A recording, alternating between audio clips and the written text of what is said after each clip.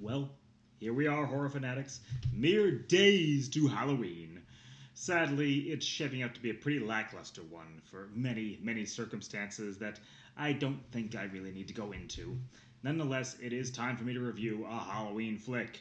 So I'm choosing one that is kind of scraping at the bottom for me. Satan's Little Helper. This movie's been reviewed by plenty of other horror YouTubers like Dr. Wolfula or my friend Mr. Meathook. You know, this one I have very mixed feelings on. I suppose I don't actively hate it, but I'm not that hot on it either. And really, it's kind of a tragedy, because I think this one deserved to go all the way. It should have been a contemporary classic for Halloween, like Hocus Pocus or Trick or Treat. It had all the tools. You know, the bad guy, Satan, he's actually pretty cool looking. And he's got some awesome kill scenes. And the setting with this little island community, all decked out for Halloween, was really quite beautiful. And some of the shots are well done.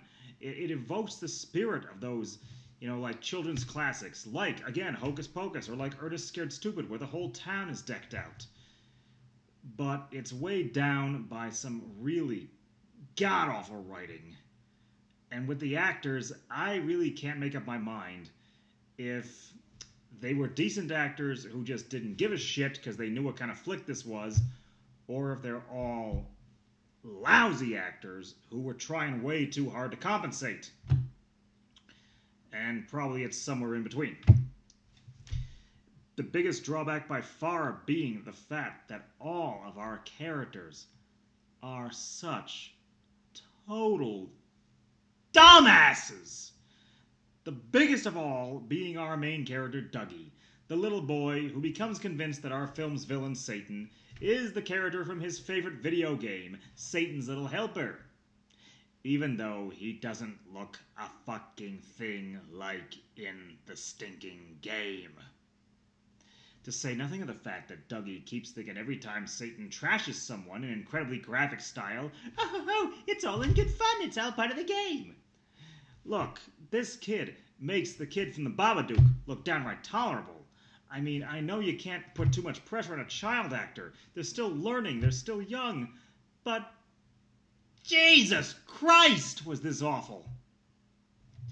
And the part that really drags it down even further to me is that several scenes here could have actually been pretty good if they hadn't gone so corny, or maybe if they turned the corn up even more and gone for almost a self-spoof.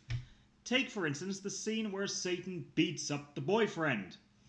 You know, they drew it out so badly when, if you wanted to make Satan legit creepy here, all he had to do was come up behind the boyfriend and bash him one across the back of the head.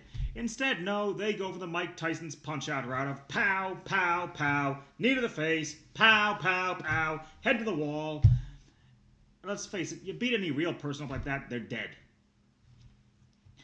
And that's just really dragging it down, because when he takes the unconscious boyfriend and positions him on the porch like a decoration, that could have been pretty eerie. But this movie is just replete with that. You know, the scene where Satan comes storming into Dougie's house and starts feeling up his sister, and she thinks it's her boyfriend with the mask. That had all the potential to be legit creepy, because let's face it, home invasion and having your person violated is pretty visceral.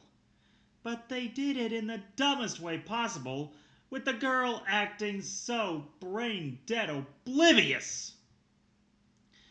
The part that especially drags this one for me, I'm sorry I'm repeating myself so much here, but is the fact that Satan is able to keep doing all this shit and no one notices. You know, when Michael Myers went on his rampage, it did attract attention.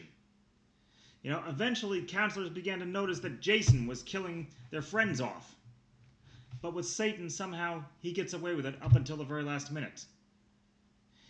It just, to say nothing of stretching belief, it makes it god-awful, slow, and plodding.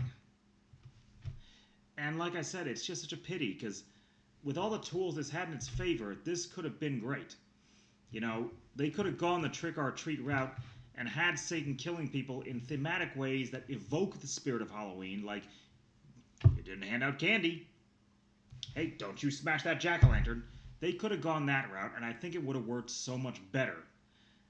And most especially, and I'm showing my age with this one, the utterly ham-fisted message of violent video games making kids act out violently. Folks, I lived the 90s, okay? I remember the Senate hearings about Mortal Kombat and Doom. It was bullshit then, and it's bullshit now. So if they were looking for some kind of overriding theme for this, they really didn't dig very deep, did they? So overall, I really just gotta give Satan's Little Helper probably like 1.5 out of 4 stars, if that much. This is a film that could have been so great, but that they just were too lazy or just not creative enough to work with. But nonetheless, I subject myself to it every Halloween season. It is among my must-watches, like Ernest Scared Stupid, like The Real Ghostbusters When Halloween Was Forever, like Hocus Pocus, like Trick or Treat, like Mr. Boogedy from Disney, and many others. Some things are just force of habit.